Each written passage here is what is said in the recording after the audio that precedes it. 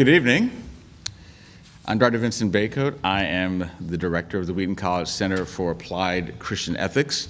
Each year, the Center for Applied Christian Ethics has an annual theme. This year, the theme has been about the word evangelical and the evangelical movement. And for our final event of the year, we've decided to have a panel about rehabilitating the word evangelical, or at least talking about rehabilitating the word evangelical, because the language I've been using recently is that it's at least one metaphor for the current state of affairs has been that if evangelicalism, or the word evangelical, is like a cruise ship, it's been hit by a torpedo. And of course, you know, people have different views of what the torpedo is, but it's important to talk about, okay, if it's been hit by this torpedo, do you try to keep this afloat or do you just let it sink? Because some people have certainly taken that position in relationship to the word and to the movement itself. So we're going to have a conversation here for about 35 to 40 minutes, and then we'll invite you to come up and have questions. Now, it's important to say, before I introduce our panelists, that questions, a comment briefly before a question is okay. A discourse is unhelpful. So please make questions actual questions so that the panelists can respond, and then if there's a follow-up, then that's fine. But getting to the question first will be significantly, greatly appreciated in advance. So just going down the line here, to my left is our provost, Dr. Margaret Diddams, who's not just the provost, but also an industrial organizational psychologist, and that's where the vantage point that she's coming from this evening. To her left is Dr. Timothy Larson, my colleague in the Bible and Theology Department, who is a historian and theologian.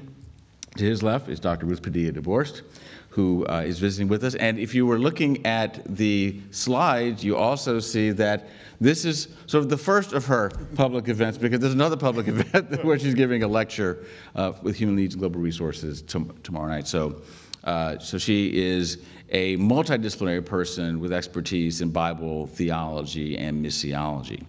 To her left is Dr. Bryan McGraw, a political philosopher and now Dean of the Social Sciences. Is that yes? Correct. Is that the correct? Yes. Yes. Yep. Delightful. Well, I'm thankful for their participation. I'm thankful for your attendance with us this evening. So sometimes when you have these kinds of events and it's about rehabilitating something, you just go negative from the start. I'm going to flip the script on that and start with a positive question that will first go to Dr. Larson, given the fact that he's written about the history of evangelicalism. And then each panelist will also respond to this each for a couple of minutes, and this will kick off our conversation. And so here's the question, which is, what are one or two positive dimensions of the evangelical movement or of the word evangelical itself? So a word that's not very good is Anglican. Have you noticed that? Episcopalian, not a good word. Lutheran, no. Methodist, sorry, no. Presbyterian, no. Not good words. Catholic's a good word. Orthodox is a pretty good word. Baptist is a pretty good word. Pentecostal is a pretty good word. But evangelical is better than all those. If you got to stand for something, stand for the gospel. It's a wonderful word, and it forces everybody to go back to it eventually. I did exchange with a guy who sent me hate mail.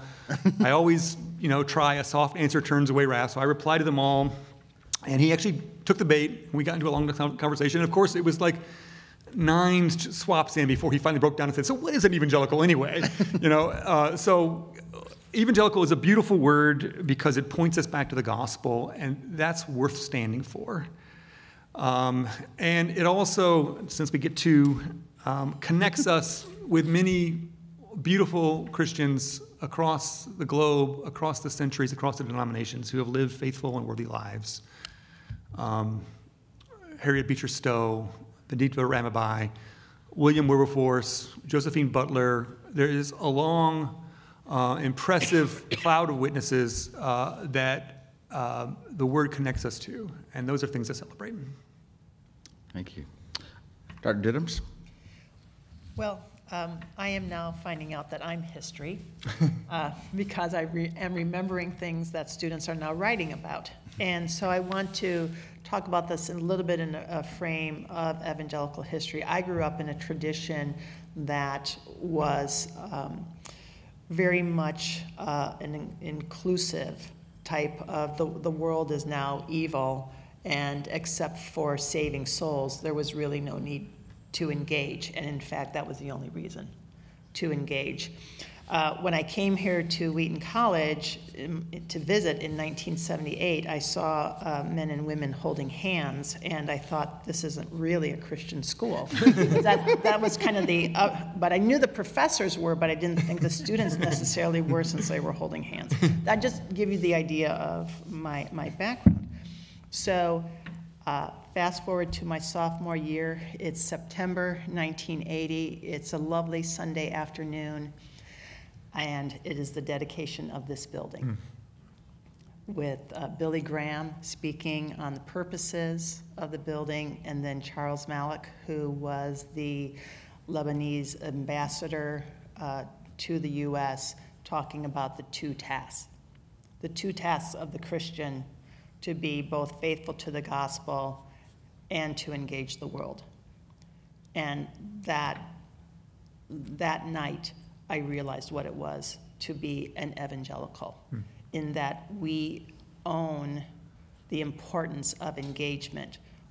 And it's not just engagement to share the gospel, as important as that is, and engagement with the scripture, as important as that is, but is a recognition of all of God's creation in a world that is redeemed and not yet perfected, and we are called to act in that redemption in an engaging way.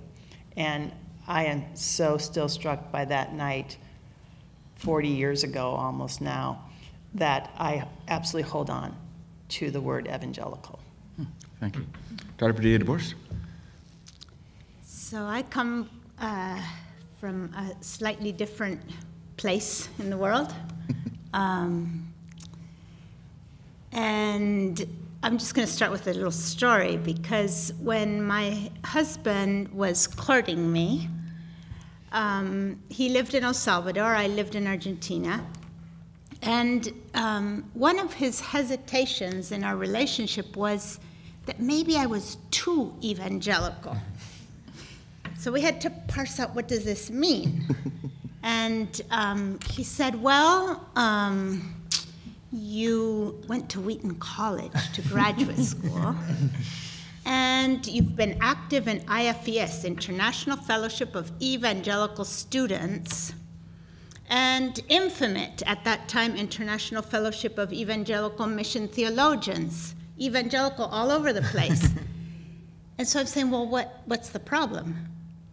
And for him, living in Central America, where evangelicalism meant these mega prosperity gospel churches copying those from North America, evangelical meant alienated from society, nothing to do with the issues of the context, just waiting for heaven to escape the world.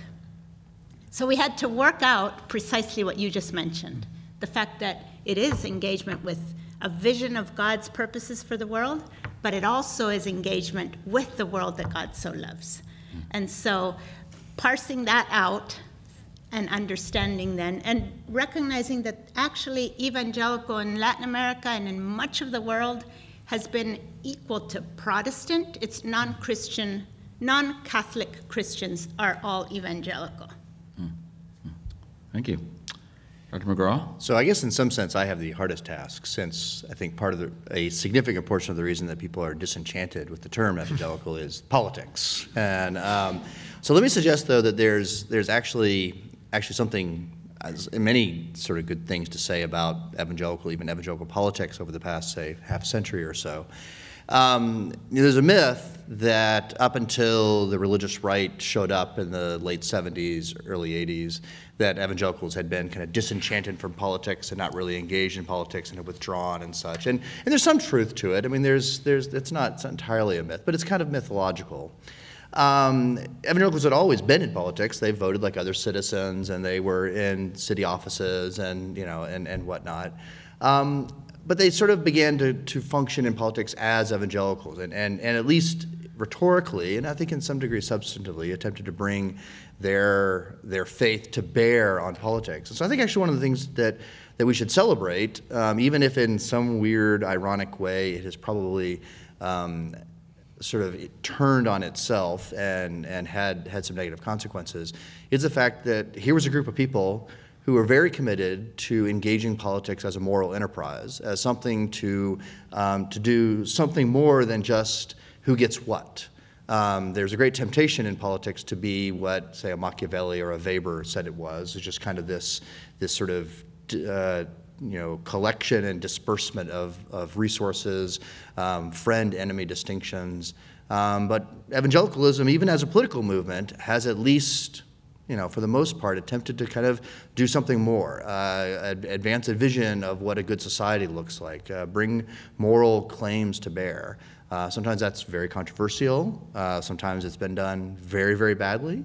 But that's something to be appreciated, and something that if we cast off, I think we might really neglect or regret. Okay, thank you. Of course, since you did bring it up, Dr. McGraw, we'll just come right back to you. And then we can come back down the line this way, or if someone wants to interject something in terms of your response, that's also all right. What are a couple of things that are the key factors that have made the crisis? Yeah. In terms of, because if people say it's politics, that's still not telling us. But what about politics? Right. Well, I mean, we could just spend the rest of the, and we probably will spend much of the rest of the night talking about this. But I think one way to frame it is thinking of it as too much politics and too little.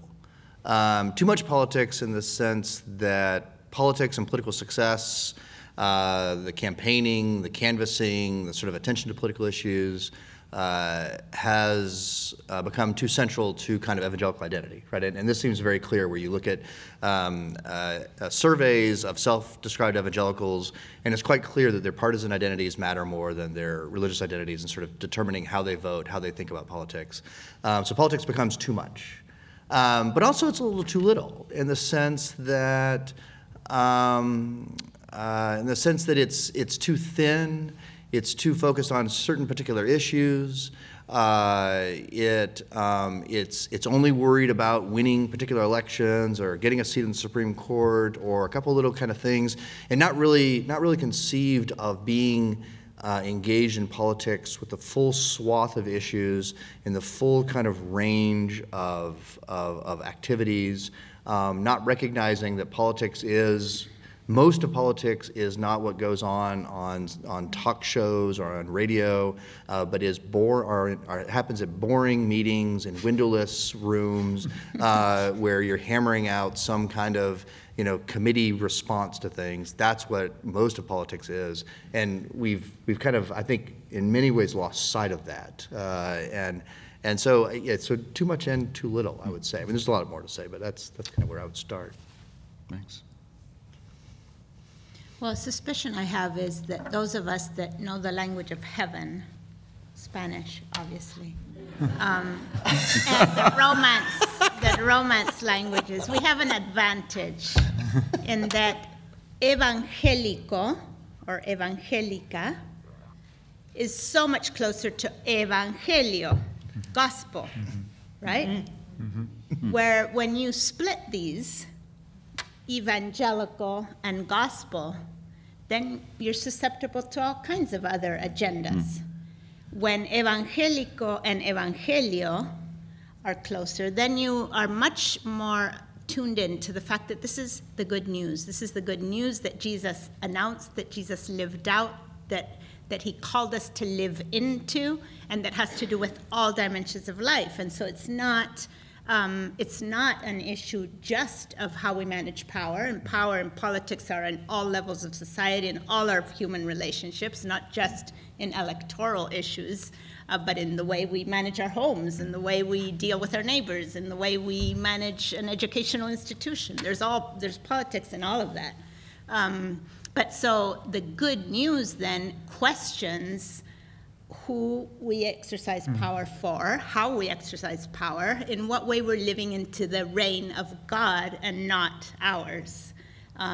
So anyway, I just think that we have, in a way, language weighs, language matters and marks our imagination to a point where there's more work to be done to kind of recover or reclaim the term evangelical, maybe in English even, than there is in some of our other languages. Oh, thank you. I've been thinking lately how everything my youth pastor told me the modern world would be like is wrong. And I heard, that speech just went for decades. It was supposed to be all about relativism and tolerance and apathy. We live in a deeply self-righteous age that's highly moralistic and judgmental and intolerant and sectarian and tribal. All the opposites of what I was told was supposed to be happening. And I think we're part of that. So this is not answering everything, but it's a piece of it, which is just that evangelical, by just being a word that denominates a particular group of people, allows people who don't self-denominate that way to find it as a target for here's something that I hate. It's the other from me. And again, I think that's happening in our culture with lots of things, but people want to self-identify in a deeply self-righteous way with something and to demonize other groups. And evangelical is functioning that way for some people, not everyone, but for some people. It's a group that is a shorthand for my self-identity is fostered by hating and despising another group. But that's innumerable labels in our society that is now happening but we're part of that phenomenon. So I just want to add again, being living history, if we go back 20, 30 years and we think about the notion of power, there's multiple ways that power plays out in society, and politics is one of them. We can think about global national finance, we can think about arts, we can think about education. Those are all centers of power. We go back to the 80s and 90s, Christian evangelicals are either a second thought or are held in suspicion even then.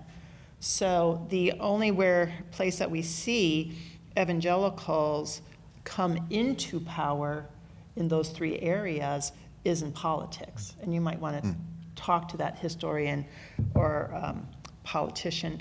But I just want to give you an example. I had the privilege very early in my career to teach at Columbia University in New York. And of course I have Wheaton College brightly there on my CV. And the director, the dean of the program in organizational psychology at Columbia says, "I see you went to Wheaton College," with a little turn up in his voice. And I said, "Yeah, well, I went in Baptist and came out Presbyterian." That was it. And I thought, well, years later, I thought that's fairly true given our Reformed orientation on most days. But the point being is that we can talk about this as a current crisis, and it may be acute, but evangelicalism has always brushed up against power in ways that all of us have had to navigate in different ways. I just think it's more acute now. So one of the public accusations, because it is a cottage industry in recent years to decode what evangelicalism is really about, right? I mean, it's a great way to, get lots of retweets or perhaps even the occasional appearance on some talk show. So people were saying that they're saying that, there's just a enthusiasm about access to power, and they mean certain people, but those certain people are really proxy for largely, white evangelicals vote Republican, right? What in what sense is that true, or in what sense is that overblown? Because I mean, like, you know, both Ruth and Margaret, you noted that you know, politics and power are in all kinds of places, right? But it's largely this political power piece that is one of the things that people are saying is, you know, if you really want to know what's going on, power seeking or loving finally getting the access, finally being the insider. So how true is that as part of what the problem is, and how much of that is really a convenient explanation in light of the current state of affairs and certain people that get microphones a lot? I mean, are you asking whether there's a sense in which evangelicals have been willing to betray their ideals, betray their core beliefs in return for power or access to power? That's more precise? That is one of the reasons. Some it has less to do with even just the willingness to betray. It's just liking being close. Yeah. And finally, you know, we're in the proverbial smoke-filled room, though of course that's the tension for evangelical identity, of course, that term. But proverbially speaking. Evangelicals vape. Yeah. Well, there you have it, ladies and gentlemen. But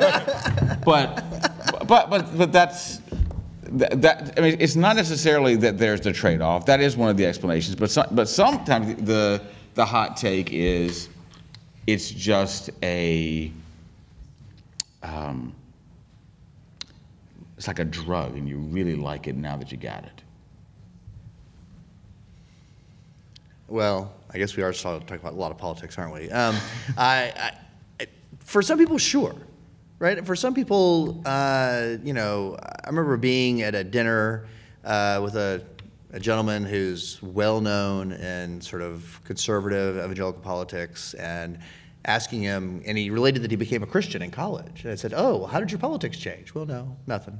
Nothing changed at all." I mean, nothing, literally, he said. And then I said, "So what, I mean, but you're known as doing, you know, Christian politics." He says, "Well, yeah, you know." And he didn't say it, but I sort of think that the unspoken sentence was, it's kind of useful. It's a way of mobilizing people, right? And this is what political elites do all the time, right? They find sort of means of identity, or they find sort of issues, or they find sort of mechanisms for grouping people together over against other people to win elections, to gain support, to do whatever it is you happen to be doing. So to some degree, sure, that's probably true. But I don't think it's necessarily any more true than any other kind of social movement out there, where people mobilize environmental claims, they mobilize racial and ethnic identities, they mobilize class identities, mobilize all these kinds of things as a means of kind of getting power, and maybe they have some moral, ideological commitments that they're kind of trying to put into play. Maybe they don't. Maybe it's just a convenient place that's where they happen to end up. I mean, it's very hard to know those things. But in all those cases, those things only work to the degree that the people that they're mobilizing or grouping together it actually connects something to them, right? It doesn't actually work unless there's like, oh yeah, I kind of recognize that, and that seems to make sense to me. So I think it would be much too broad a brush to sort of suggest that particularly kind of like political evangelicalism over the last, say, 40, 50 years has been motivated simply by power, or sort of leveraged into place by people who just simply want power. But it wouldn't exclude the fact that there are people who have done that. I mean, that seems to be very clear.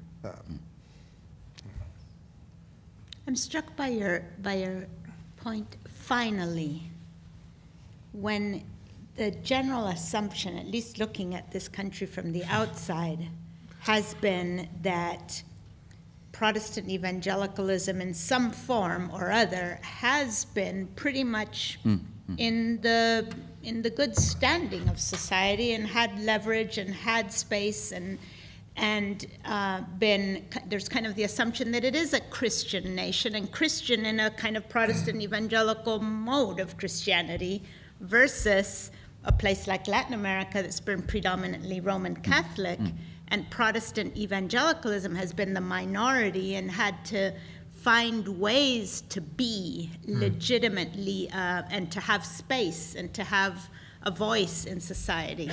And so it strikes me when you say finally, when from the outside it looks like actually it seems, great, and it reminds me of, Mark Laberton edited this book recently, right? Still Evangelical, question mark. And in his introduction, he says, maybe the question really is yet evangelical? Have we ever really thoroughly been evangelical in this country, or has it been that just kind of Christendom model of an allegiance of power and faith that is not necessarily the good news of Jesus Christ and of God's reign? Well, it's interesting you say that, because if you think about the phrase white Anglo-Saxon Protestant, Right. Yeah. right, okay, which is your mainline denominations, people on the main line, a rather well-to-do area near Philadelphia, and Ivy League schools being basically WASP finishing schools, right, to sort of keep that in place. And then varying ways in which contemporary evangelicalism has arguably been at odds with that, either by withdrawing or by losing fundamentalist modernist controversy. I mean, that's one of the narratives, right? But it does raise the question about, well, are you upset because you don't have either the cultural influence that you had or the foundations of the culture that are keeping things going in a particular way so that it's a kind of Christian nation, and then trying to get back the power to have that level of influence. It's just interesting to think about it from that regard, because certainly part of the public narrative of evangelicals since arguably the 70s, let's say, is this idea of getting back influence, right? Of having lost it. It's like you were about to say something. I wasn't, but Oh, sure, Mark. Well, I think this is, now I get to be an industrial organizational psychologist, is one of the things that I think is, his first question here is, what are some of the key factors that have led to this current crisis? Yes. So that makes the assumption that's a crisis, but we won't go there. But what are the key factors that maybe have led up to this? And I would say one of the things we have seen with the rise of social media is the clanism, right? I can now read the feeds I want to read. I can follow the news I want to follow. I can basically focus on the people in my in-group, which then makes my in-group smaller and the out-group a whole lot larger. And because of that, not because of, and in relation to, there is less willingness to engage institutions, right? Because I don't really need an institution. I have my feeds.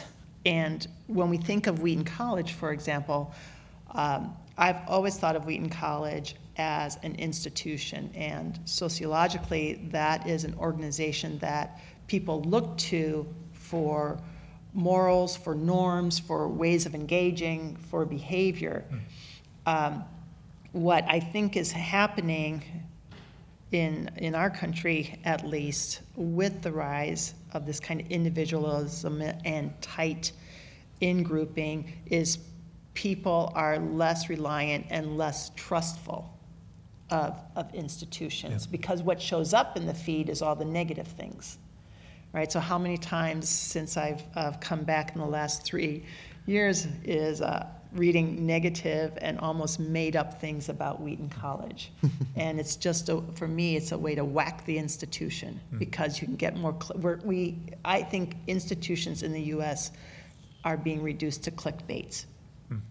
And so we have to be even a stronger voice into our mission so that we are more than clickbait. So your question number 5 in this conversation, how does a place like Wheaton help to carve out a better path for a better evangelicalism?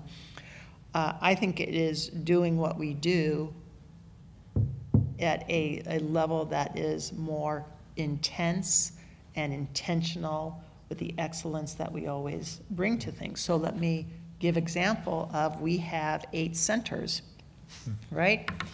As of yesterday, we added a center for faith and innovation. But if we think about what these centers do, there's 5 things. They convene experts. So who is of like minds to think, to generate what is the current thought? We are evangelical voice to the church. So how do we think about power within evangelicalism? We're an integrative resource for students. So how do students engage the liberal arts? And our centers do a great job in that integrative aspect. We're knowledge generators. So I see our Wade Center director right in front of us. We generate knowledge as an evangelical institution. And then we bring the world to Wheaton. Our centers are so important for being an evangelical voice that cuts above the noise and the clickbait. And I believe, as your provost, we need to be investing in these areas so that we continue to be an institution for those who are looking for more than clickbaits and easy answers and the outrage that we see all around us. So following up on that, Can I get an amen? I happened to be reading an email that we received in relationship to our conversation that we're having tonight. I mean, in part, you've begun to answer that question, but I'm interested in hearing our other panelists answer this. It was basically, well, good luck with that conversation tonight, because it's a lost cause, the label, the name, right? So what do we do when we have people who are perhaps institutionally cynical about institutions, and thinking, look, let's just do something else and just politely or not so politely put the term and the movement out to pasture? So I have mixed thoughts on that. On one side, there's nothing more evangelical than ditching a term if it's not working. Let me just say, Wellspring, Compass, One Line, churches are rebranded across this region so fast in the last 5 or 6 years. That's what evangelicals do. They try to be something that's winsome culturally and that connects. In all earnestness, God forbid that we would be distracted from actually trying to win people for Christ and instead defend the term evangelical. That would be a horrible misappropriation of our zeal. Nevertheless, the same book, Still Evangelical, one of the chapters talked about, wouldn't it be a very typical arrogant American thing to do, to take a worldwide term and unilaterally decommission it? Evangelical means something to people in Africa, in Latin America, in the Middle East, in Asia, all parts of the world. And so we're part of a worldwide movement. And there's an honoring of that. It's not an easy term to replace. There isn't a one-word equivalent. And we also have to ask ourselves to what degree the people who hate evangelicals actually just hate historic Christianity.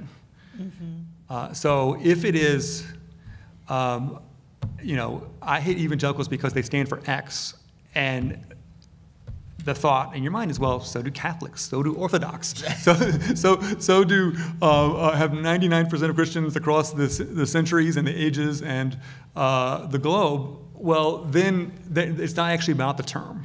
It's about the specificity of our way of life and our doctrine. So. I would also say, I'd ask you all, my understanding is, looking at Lifeway data, is that evangelical for many has replaced Protestant. And so when we saw that 81% of white evangelicals reported voting for Trump, it wasn't people that necessarily went to church. They just self-identified. And I wonder how much of that is the word, in a sense. When it was smaller, we kind of knew what it meant to be evangelical. Now that more people have claimed it, and I actually think that is a positive aspect for those of us who are in the historical evangelical movement, is to use that as a way to witness and to say, well, here's what it really means to be an evangelical. I believe Jesus Christ died for my sins. I believe in Scripture. I believe it's so important that I'm telling you about this. And so I see this as an opportunity if the evangelical church is brave enough to offer a counter-narrative.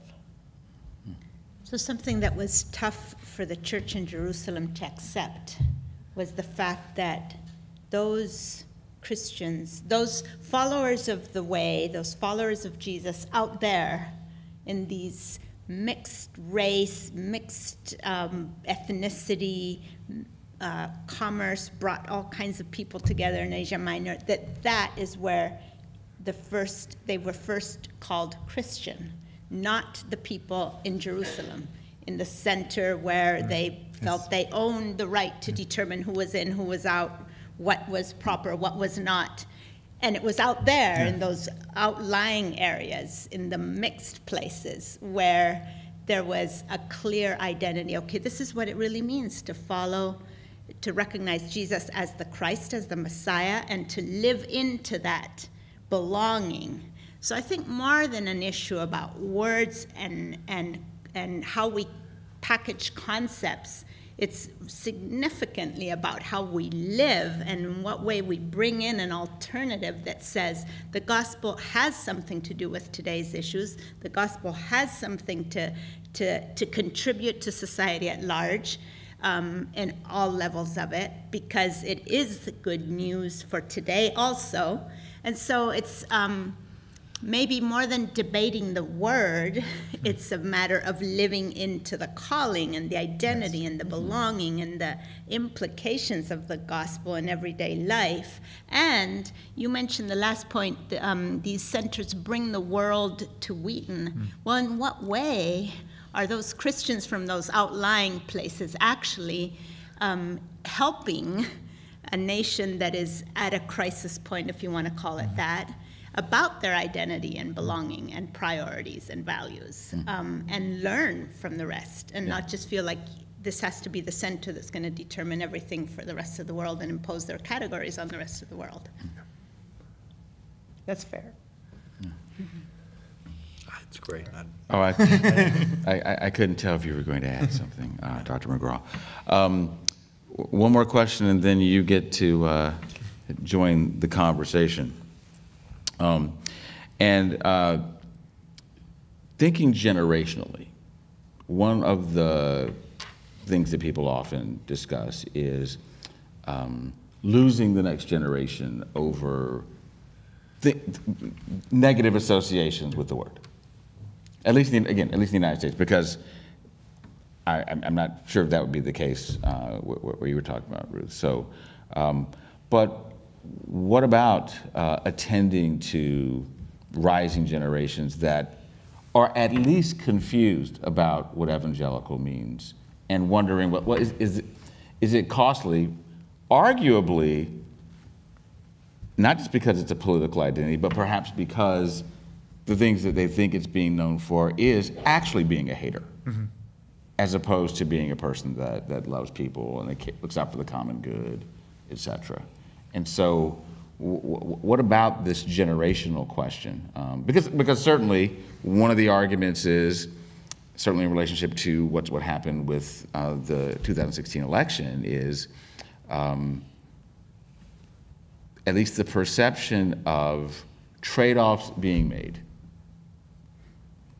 right? Like about character, for example, Yes. that really at least confuses, if not turns off, people generally, and they're like, I don't know what to think about this, or some are like, I'm done with this, right? So chances are there are students here at Wheaton College who feel that way, have that kind of confusion, and certainly there are people beyond Wheaton College who have that. what do we do to win them back, or to lessen their confusion? I think one of the difficulties there is that there's no copyright on evangelical, right? We can't excommunicate anybody from evangelicalism. There's no, card carrying. There are no card carrying evangelicals because that just doesn't exist, and so there's no. It's very hard to kind of place the bad actors beyond the pale, as it were. And so for many people, and the 2008 General Social Survey, which is the kind of gold standard for survey work in the United States, was released today or yesterday. And it showed that 23% of Americans now will claim no religious affiliation, which is about the same percentage of Americans who would sort of be roughly, would claim affiliation as an evangelical of some sort. That's a huge increase in the last 15, 20 years. And, Bob Putnam and David Campbell in their book, American Grace, which is an excellent book, their view, and this has been, I think, borne out to some degree in later studies, is that some number of those people who will claim no religious affiliation, not no religious belief, but no religious affiliation, will claim that because of their distaste toward evangelical politics. That they feel like, oh, if that's what religion is, if that's what religion and politics is, if that's what Christianity is, I'm out. Now, most of them weren't really in anyway. They weren't much in at all. But it does create a barrier to the degree that there's a tight correlation in people's minds between the phrase evangelical and a certain kind of rather noxious politics. That means that people are less likely to hear the gospel. That's just a fact. And I don't really know what to do about that, to be honest with you, because you can't control the term. And people can claim, oh no, I'm in that camp, and here's what I think. Yeah, and it's worse than that. So again, this is just analysis and not solution, because how the term operates in polling and in the media. So you can't be an evangelical in polling unless you're white. If you self-identify as any other race, you don't count as evangelical, because they think that your race is determinative of your politics, and they want to get at your politics, which gets at the other point, which is that the term only becomes operative on social, hot-button, and political issues. So you never hear in the media, all these people are building homes after this hurricane, and they are evangelicals. Their evangelical identity is not relevant in that context. It's only relevant on these social and political issues.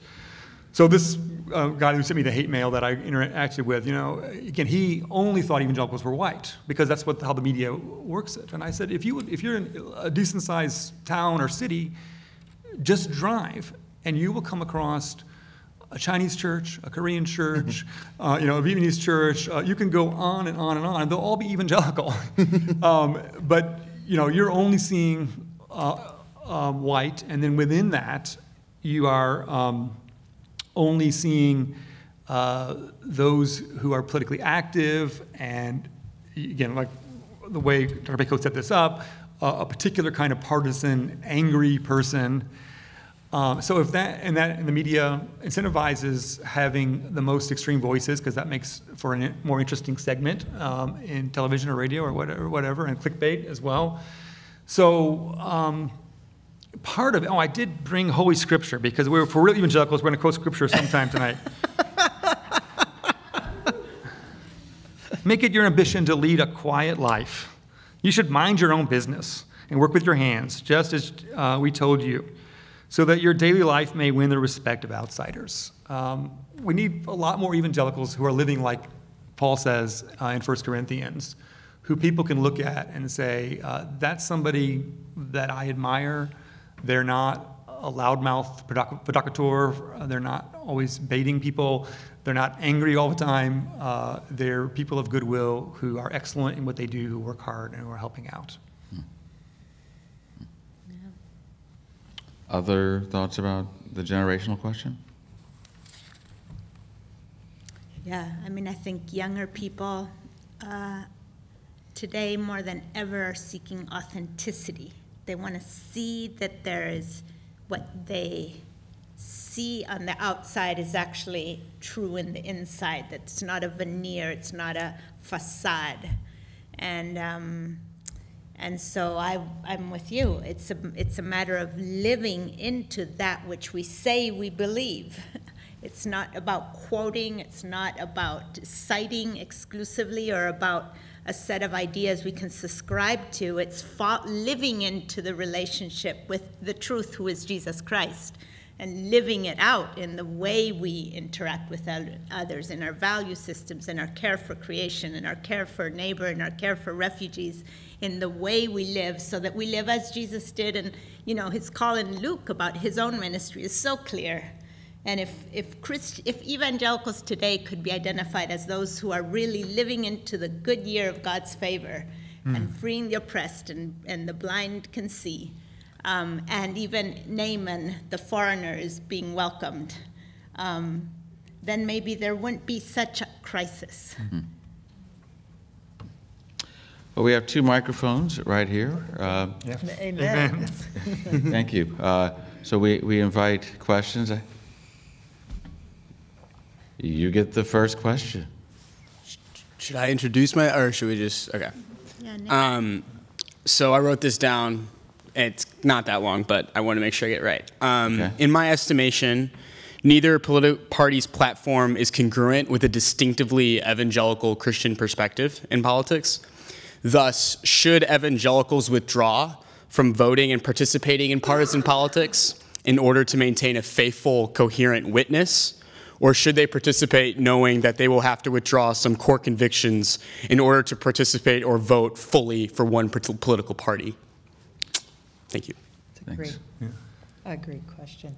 I mean, can the organizational psychologist answer that? Please. I've been doing some consulting work over the years with a Christian union in Canada. In Canada, unions are organized, they're not necessarily organized by trades. So there is a Christian union in Canada, and they have to deal with this tension of a world redeemed, already not yet perfected. And so they're always making messy trade-offs. And in order to serve their union constituents, they can't withdraw. They have to be authentic and faithful witnesses, but they don't get to live, there's just messiness in the work they have to do. They have to work with, on both sides there's scallywags. And so I think as Christians we have to understand that we can't withdraw, and God doesn't want us to withdraw. I'll just say I have a son in the Army, and not really crazy. He's in the Army. He's in the 82nd Airborne, tip of the spear. We go to war. He's the first one in. It's not what I chose for him when he was born. But as a Christian man, I would want to know that my son and other men and women like him are the leaders of our armed forces. And for that, I applaud him, and I'm in awe of him. But he's in a messy place too. So that's the way I think about it. We have to be in these messy places. I mean, political parties are, of course, coalitions, especially in the United States, where we have 2 sort of very broad kinds of parties. And it's very unlikely there's anybody who finds either of the parties entirely congenial. I think that there are times in which you do have to bail. There are times in which you think, okay, the party's going to go do that. I can't support that, or I can't support this particular candidate. And that may mean an end of a political career. It may mean the end of some sort of consulting career. It may mean the sort of the loss of influence. It may mean the sort of the loss of an election. But that's okay. We have to be willing to do that. But I don't think that means that you can't be a part of one of these parties and actually, even if the party as a whole has a conviction that you find abhorrent, you can nonetheless be a part of that party and elaborate that abhorrence. That's a terrible idea. You all have this sort of you're just wrong, dead wrong on this. I have a number of friends who are pro-life Democrats, and they are tearing their hair out at as one candidate after another for the nomination seems to kind of just have no concern at all for that issue, and they'll they will wrestle with that as they go ahead. But they're still Democrats. They just dissent on that particular issue, and for some of them that may mean they get to an election that they won't vote for a candidate, or they won't support that particular candidate. Yeah. And if I may, I think again, I think as Christians we have to expand our understanding and our practice of politics. Politics isn't just about elections that happen every 2 or 4 years or something. It has to do with the way we organize life and manage power at all levels of life. And if we were more intentional about living out the values of God's kingdom in those ways, I think those are schools. Churches can be schools for democracy in as much as we allow people to express different opinions and find consensus and negotiate. In my experience in a small local Anabaptist church in Argentina, it was a huge school for me to hear people presenting different opinions about things, listening to one another, dissenting, finding ways to negotiate an agreement. That's politics. It's not electoral politics, but it really is a school for us to become more responsible citizens at all levels. In our neighborhood, our intentional community we live in Costa Rica, we're dealing all the time with issues of politics and powers between the different neighborly associations and the municipality, and how funding is allocated to who and how. So if we learn to participate, I think that could give us a much more solid grounding for those other times that are few and far between. Let me do one historical footnote on that. Christians and churches were much more in favor of votes for women than the population as a whole when that issue was debated. And part of the reason why was because women had been voting in Baptist and congregational churches for hundreds of years before that. It was a standard part of the church meeting. And so it was a polity of understanding that then could go to the wider society. And I guess one thing I'd also add is, I think certainly it's a contextual question as well. If you are a Christian in a country like the United States, where it's a republic, and as a citizen you have a certain level of ability to participate politically, it's very different than if you're a Christian in, say, Myanmar or North Korea. And so there's the question of what it means when you're in a context like this, where that is an actual possibility, because that's not an actual possibility for Christians in every society. And moreover, I think the question that we always have to ask when we think about stepping away from something that's messy is, okay, so are you going to do that all the way across the line in everything? Are you going to do that with all of your shopping? Are you going to do that with, okay, if you're into fitness, what clubs you're going to be a part of, et cetera, et cetera.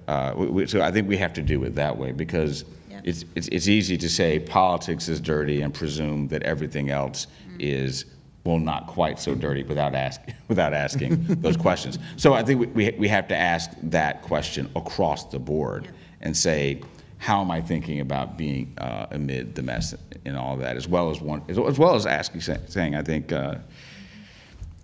well, what is a proper Christian expectation if I don't have a realized eschatology, right? Where I believe that everything is supposed to be arrived now. If I don't have a realized eschatology, then what does it mean to live in a world without a realized eschatology and to live faithfully?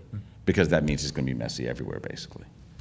So, next question. Thank you. My question kind of was jumping off of that, idea of identity within politics. I think that it's already been shown that a greater percentage of the 19% of evangelicals who didn't vote Republican in the last election are younger. And I think that young people are trying to live into this identity of not being defined by either party. I guess, could you speak to thoughts on that, thoughts of living between the party, and specifically about how that conversation relates to people, family members, friends, who might think that you're betraying something, you're betraying America. In that, can a person who ascribes to this more nuanced identity be patriotic?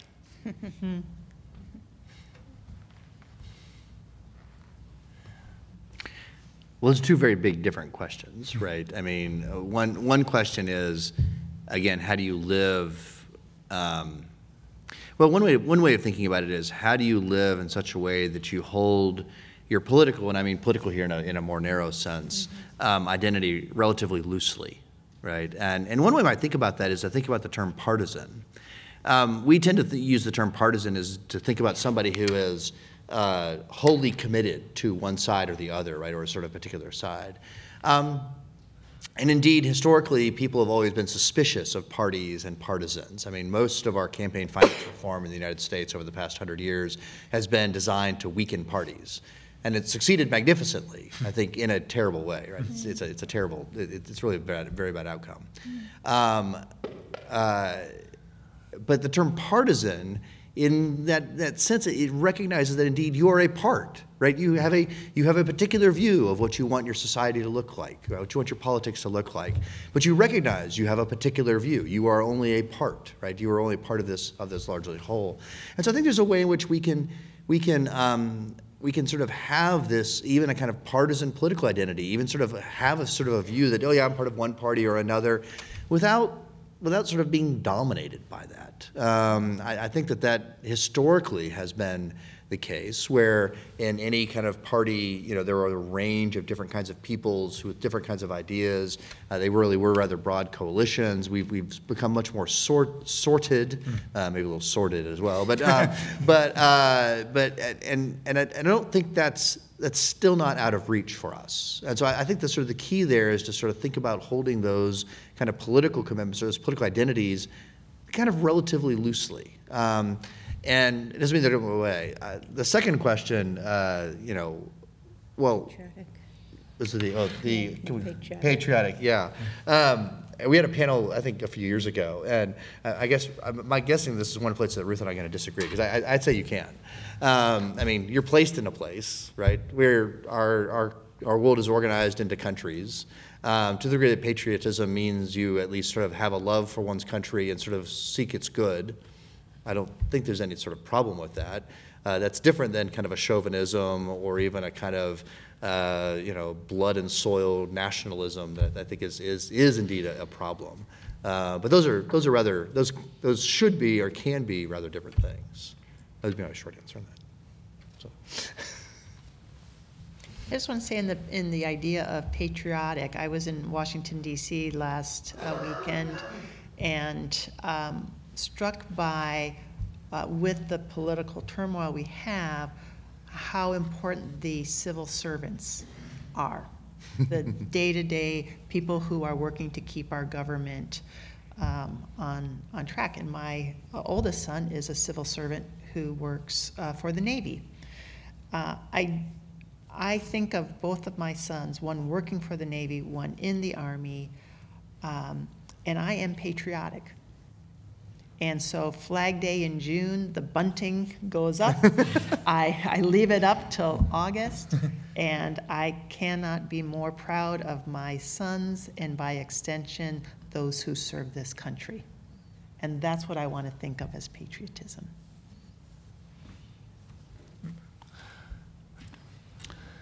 One thing I would add about the patriotism thing, I think a question that American Christians need to ask if they want to be patriotic is, what is their expectation for Christians in other countries, to think about their relationship to those countries? Because I often wonder if they basically want other Christians to just support the interests of the United States of America. In which case, then I think, is that patriotism, or is that really more of a nationalism type of situation? So I think that's always an important question to ask, because if you're a Christian, your ultimate allegiance is to Jesus, and you have family all around the world and across the ages. So what is that fidelity vis-a-vis properly attending to what your geography is and caring for that and seeking the common good for those within those borders. So I think nuancing that kind of thing is also an important question, because I just think a lot of American Christians just don't say a whole lot about what Christians in other countries should be thinking about their countries. We don't hear them encouraging patriotism elsewhere. And another nuance to me that's important is, who is us? Who is the patria? Who is when we say we are patriotic, who is we? When in your country you have such incredible sectors of society that are so excluded from any opportunity to participate. In racial minorities, ethnic minorities, native minorities, or majorities. I mean, so I think that's one of the other things that really has to be, when in the imaginary of the nation, who is that? Who composes it? And in what way is everybody really a part? That's another pretty crucial issue. Great, thank you. Since you're to my right, okay, you, then you, okay.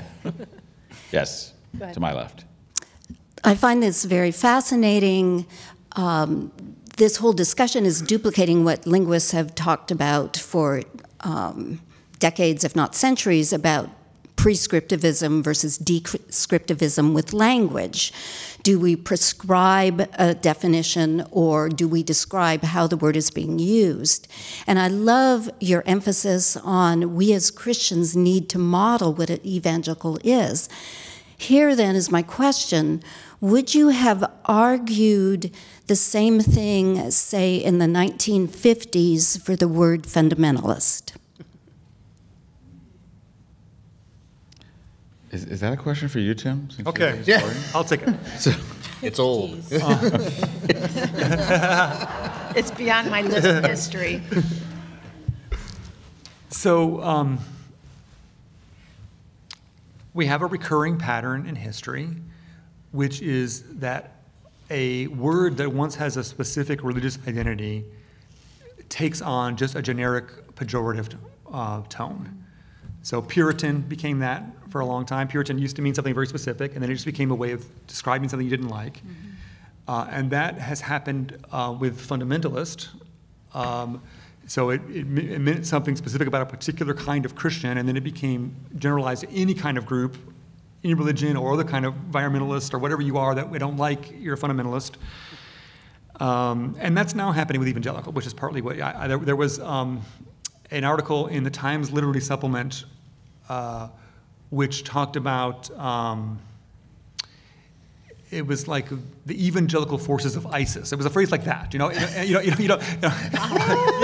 Wow. And so it had become just this word, just a pejorative word about people I don't like. It wasn't meant to bring any kind of content about religious identity. I wrote an ironic letter in response, and it was too subtle for them, so they were just baffled. And so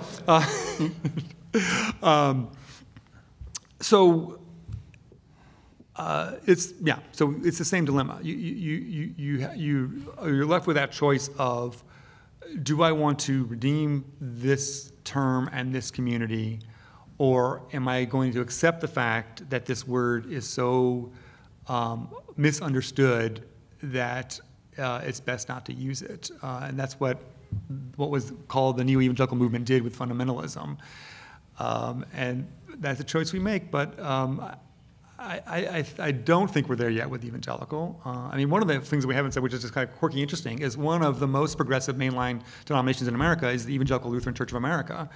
And they don't seem to have a big conversation about the fact that evangelical is in their name, so it's, there's many variances.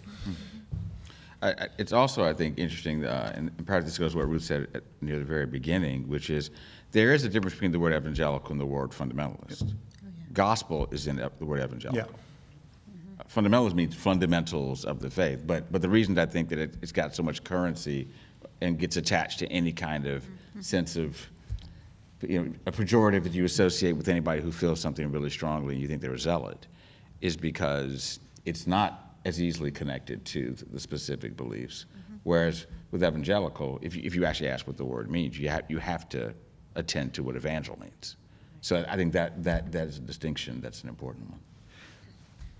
Amusingly, I arrived at the mic with some very similar questions.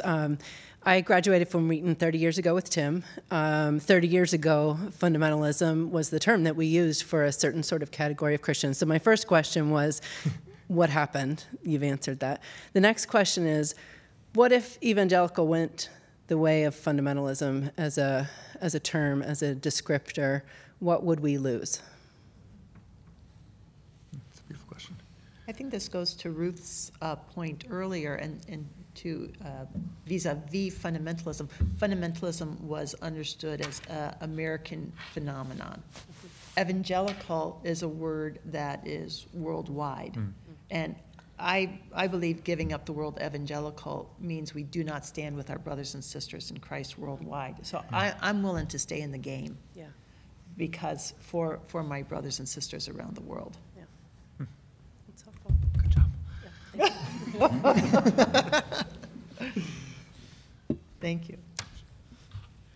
Okay. Since this was brought up, I love to debunk this. So there was a study by Lifeway Research, and in reality, just over half of evangelicals who voted did so for Trump. Still, nearly a third of evangelicals in both parties believe that a member of the party they disagree with, I'm talking about American political parties, can be a Christian. What do you have to say to those evangelicals? To evangelicals that believe that if people are in another Democrats party, or Republicans, they can't be that Christians. the other party isn't really a Christian. Yes. And you can't really be a Christian and be part of the other party? Correct. Okay. Well, I would like their children to apply to Wheaton College so that we can have a more expansive understanding of our brothers and sisters in Christ. I mean, it is a sign that about the sort of the valorization of partisan political identities. That is, it's pretty destructive. I mean, I think there's some good research work to suggest that in general people are more worried about their children marrying someone of another party as opposed to of another faith, which is just nuts. I mean, honestly, just nuts. That does show that, and many people have written about this, that people are treating political identities like religion, and like a cult, basically. So I think there's that dimension of that. Of course, what I always like to say is, how many people do you actually know in the other parties? Like when Tim has said many times, a lot of people that are critical about evangelicals have never met one. Other thoughts in response to that? Now, just back to Mark Laberton's question. Is still evangelical or yet evangelical? Which, yeah, that's great. Is that part of the reason? If people's allegiances are so strongly politically partisan, where has the church been? And I think it's fair to say as well, though, that and just this kind of pushes that is that part of the reason that evangelicals have a bad reputation to the degree that we do is precisely because the suspicion, particularly the suspicion is we have more of a commitment to our material comfort, to our racial identity, to our national identity, whatever those might be, that those things in fact do more to us and sort of shape us more than the creeds that we affirm on Sundays. Mm-hmm. And that's and that's probably a fair critique.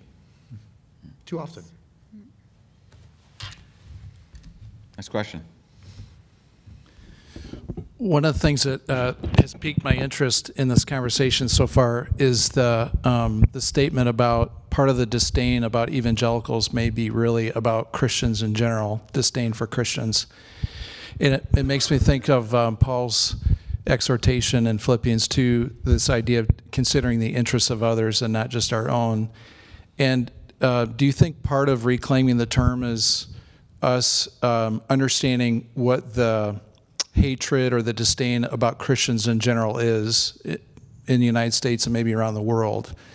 Is there something for us? Do we need to take the interests of people who are disdainful about Christians? Like, maybe the question is, what do you see as the most salient reasons that people are disdainful about Christians? Mm-hmm.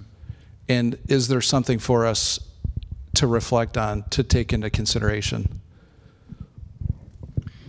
Yeah, I'm going to do, just again, maybe not the main thing, but a bit of analysis that I've been thinking about. It seems to me that we've had a significant erosion of cultural Christianity, Christendom, the kind of religiosity of the public space. And that's made a huge difference.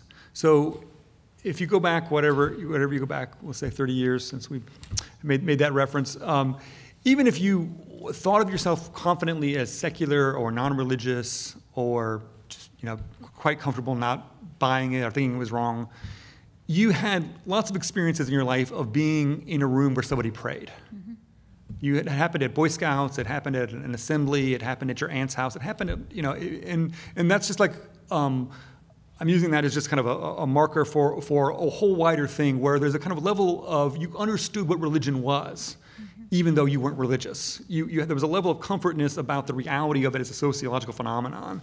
And I think religion is really inexplicable to lots of people today. That they have had zero exposure, and it becomes something that is foreign in a frightening and unbelievable way. What is that? How could that possibly be?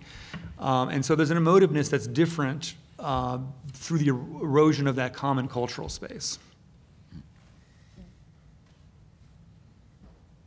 But is there not also on the other side, for those for whom Christendom was a comfortable place to inhabit, watching it crumble is so fear-inducing that you have to build higher walls and deeper trenches and affirm this is in, this is out in such a way that it actually, the encounter with people like that is even more of a detractor for people being interested, even if they do encounter somebody like that.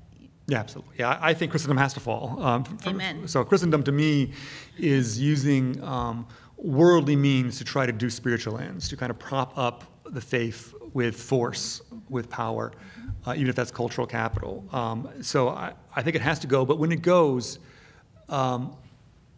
it's a shock. It's a big change. And so that is not without cost and disruption.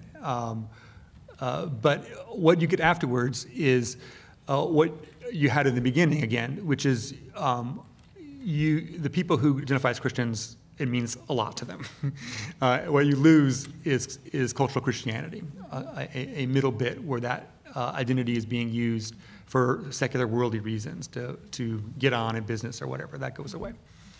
That makes, and I think I may have said something similar to this earlier, but it is interesting to observe the extent to which, even though evangelicals felt marginalized or withdrew from society, let's say, and let's say you go with 1929, there was still a certain presumptiveness about Christendom. Yeah. Even though there was a withdrawal, you weren't withdrawing, from something where there wasn't any, sort of resemblance of those influences. So, and now there is much less of that. So it's interesting.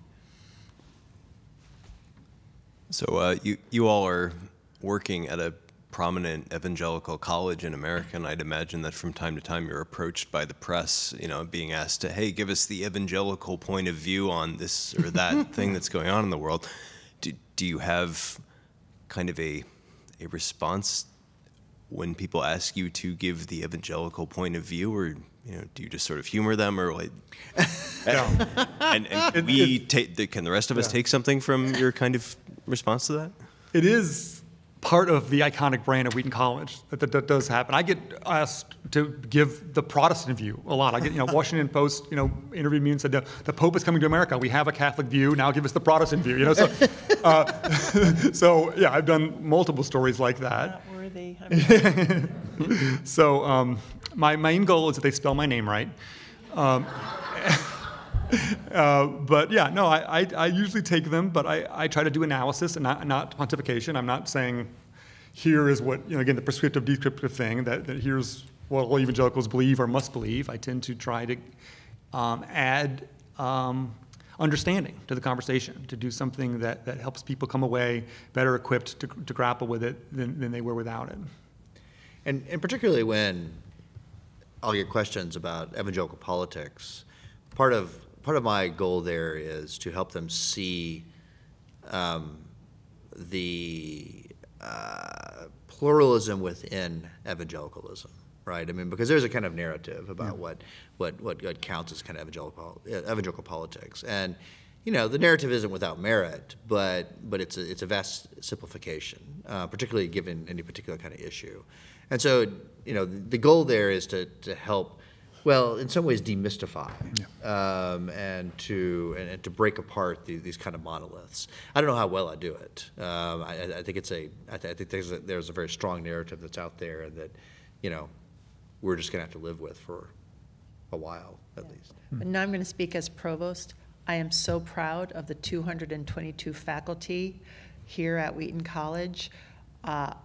They are incredible voices for the evangelical church, evangelical movement, and I want faculty to be speaking in analysis with their areas of expertise. And I'll put a plug, hashtag Wheaton Provost, because for the past year I've been tweeting out the good work of our faculty. And Tim always gets like 5,000 hits whenever I tweet something out of his, because I think it's important for us to be that voice, to cut through the counter narratives of what it means to be evangelical. In addition to the gospel, what would your panel suggest are the distinguishing features of evangelicalism that maybe we should keep? Well, I would assume we'd keep El Evangelio, but the rest, what would we keep? Dr. Larson, the Okay. the Larson octal. All right, so I will do that conversation as well. So for quite a few years, maybe it still goes on, there was a Wheaton Catholic exchange with undergraduates with Franciscan University in Steubenville. Some of them would come here and spend a few days on campus, and then some of our students would go and spend a few days on their campus as a kind of Catholic evangelical ecumenical exchange. So they had a panel like this, and the Catholic students asked me, who gets to decide the definition of evangelical? And I said, well, actually, I do. So so thank you for asking. So yeah, I did that in the Cambridge Companion to Evangelical Theology, and I do a version of my mentor, David Bebbington's, which is by far the most widely used, even by the media as well. So Bebbington said, crucicentrism, focus on the atoning work of Christ on the cross; biblicism, focus on the Bible; activism, focused on, which he means primarily the evangelism and missions, but also social justice work. So what have I missed? Conversionism, yeah. So thank you. Andy's here, and he's also did a PhD with David Bebbington with the fact that the gospel can transform your life in a conversion experience. My version added the work of the Holy Spirit, which I see as underlying conversionism and the activism that it's because we are prompted and led by the Spirit and equipped by the Spirit that we are active in the world, and that's how conversion comes about. So yeah, I think in the end, just sociologically, even despite the fact that this is the truth of the gospel, just sociologically, if we're not converting people, if we're not raising our children to be in the faith, if we're not discipling people to be mature Christians, then we're done as a movement. You don't continue if you're not doing that. Would you add moralism to that? What's good? Moralism? Moralism. So, some sort of adherence to, is it pro-life? Is it not exactly supportive of maybe some LGBTQ issues, or those things seems to be attached to evangelicalism as well these days. Yeah, in the popular American conversation. So I'm interested in a definition that works across centuries, across denominations, and across the globe. So I think that's what the Bennington definition is doing, and that's what I try to do in my definition. But I take your point that people import a lot of other things into the conversation in the American context, and that's part of what we're dealing with. I think you do have to add, and I think, I can't remember who said it, but part of the genius of the term evangelical is not all about unity, but also about all the plurality. And if you've got all that plurality, then you can't just you can't just presume that all these people are the same. Yeah. The fact is, as Tim once said to me, evangelical is a way that's saying other people are Christians too, right? People who would never agree about the Lord's Supper, would never agree about baptism, would never agree about certain details of eschatology. But there are certain fundamental, in the right sense, or core, which as in foundational, term that they would use. So I think that's an important thing to think about the movement, because when people are doing the hot take, they presume that the plurality somehow just dissipates into nothingness. Yeah. But there's no evangelical term if you don't have the plurality to begin with. It's an intersection of all this plurality. Yeah. So a place I find has been in more recent history, just back in 2010 with the work done with people, evangelical Christians from around the globe, in kind of bringing together the Cape Town Commitment. Mm-hmm. That's a call to the whole gospel, the whole church, the whole world, and just really, I mean, I think more than just tick the boxes on a few things, it's really the comprehensiveness of living into God's love for the whole of God's creation as God's people in the world, regardless of all our particularities. Would you say the Cape Town Commitment is kind of like updating Lausanne? The Lausanne? So the Lausanne Covenant of 1974 was still contested, particularly by the Global South, on some of its points, in its lack of integration and integrality. And so the Cape Town Commitment is definitely much more of a global expression of what I would say is a healthy evangelicalism in a broad sense of the term. So and I guess a healthy evangelicalism that is clearly about, if we go with the activism of evangelicalism, it's a much more expansive and deeper activism, in which case some of those distinctives then would be more engagement in the world than you thought there was. Is that a fair way to put that? It is. We have time for one final question. Thank you. As part of the generation that's ruining everything in society, I wanted to go back to the discussion about the next generation. Because millennials are older than often perceived in culture, and we do have millennial faculty and pastors. And so I'm curious about those millennials that are already engaged in church leadership position in academia. Is there a difference in their perception about the term evangelical? And is it a term that's just going to die off with a generation, or is there a current movement within younger evangelicals to preserve the term? What do you think? I mean, just from my personal anecdotal experience, I would say that millennials are a bit less attached to the term, but I wouldn't generalize and say they all want to get rid of it. I think that's the answer. Seriously, when we look at large scale, I'll let the political scientist. I mean, to the degree that the term has been politicized and associated with sort of a certain style of conservative politics, and then to the degree that millennials tend to be less in favor of those kind of politics, then it seems reasonable to think they'll be less attached to the term. But as folks have said, there's both global utility to it, and there's not clear what the alternative is. I mean, indeed, to the degree that we have these kind of connections across denominations, across traditions, that are real connections and real kind of affections, real kind of like recognitions as fellow Christians, it seems like you need something to kind of say, well, what are we as well as just Christians, right? We're not Catholic, and we're not Orthodox. What exactly are we? You know, the only term at hand at the moment is evangelical. So, will they probably be as attached to it as say the boomers? Probably not. I don't know about Gen Xers. Nobody cares about us.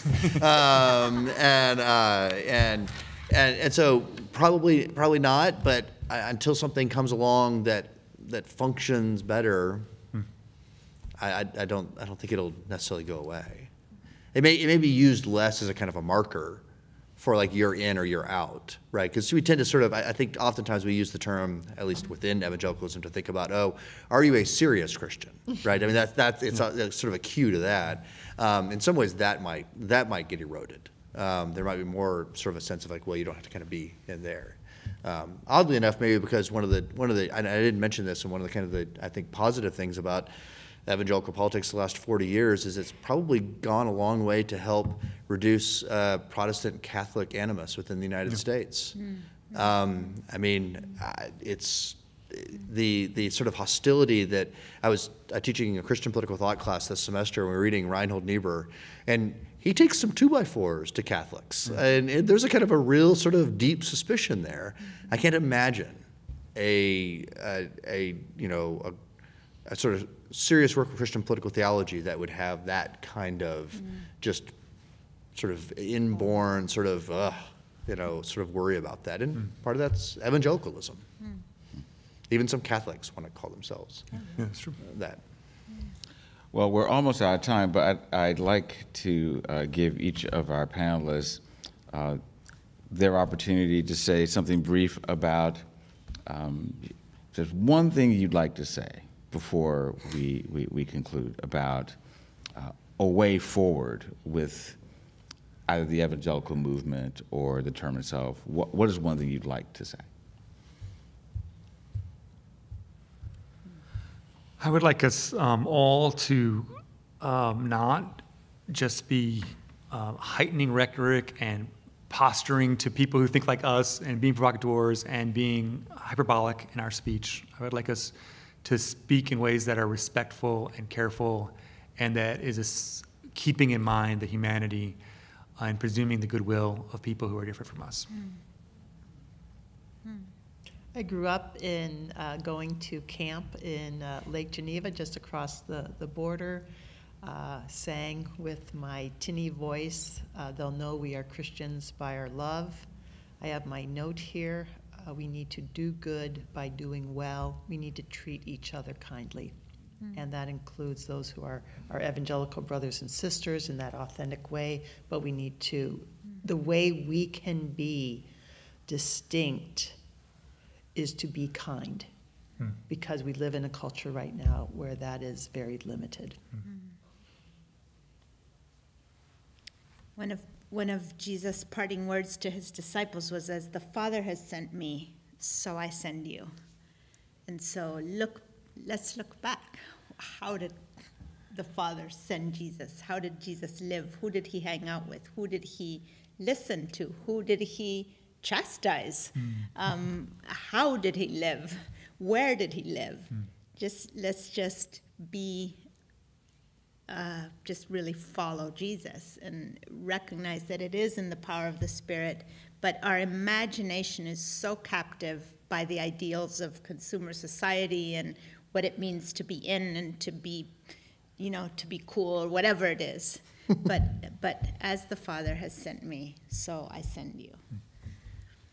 In 1979, John Paul II, the communist government in Poland allowed him to come back home as a newly inaugurated pope, which was eventually, I think, kind of their undoing.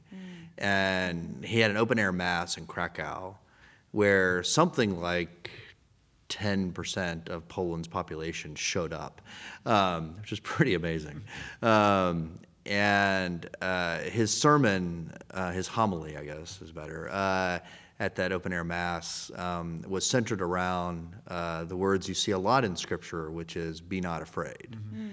And I think that would be a word to kind of go by. I think much of what has gone wrong in evangelicalism over the last 34 years is rooted in a kind of a sense of, in some sense of unwarranted fears. There are real fears to have and worries, but I would suggest to be not afraid.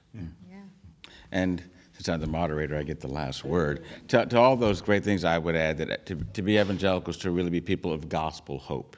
And we're heading toward Easter, and if evangelicals really believe in a resurrected Savior, then no matter what real fears there are, we should be characterized by people who really believe that if God can overcome death, I think he can handle whatever waves there are in society, and that we ought to be people who exhibit that no matter what the slings and arrows may be.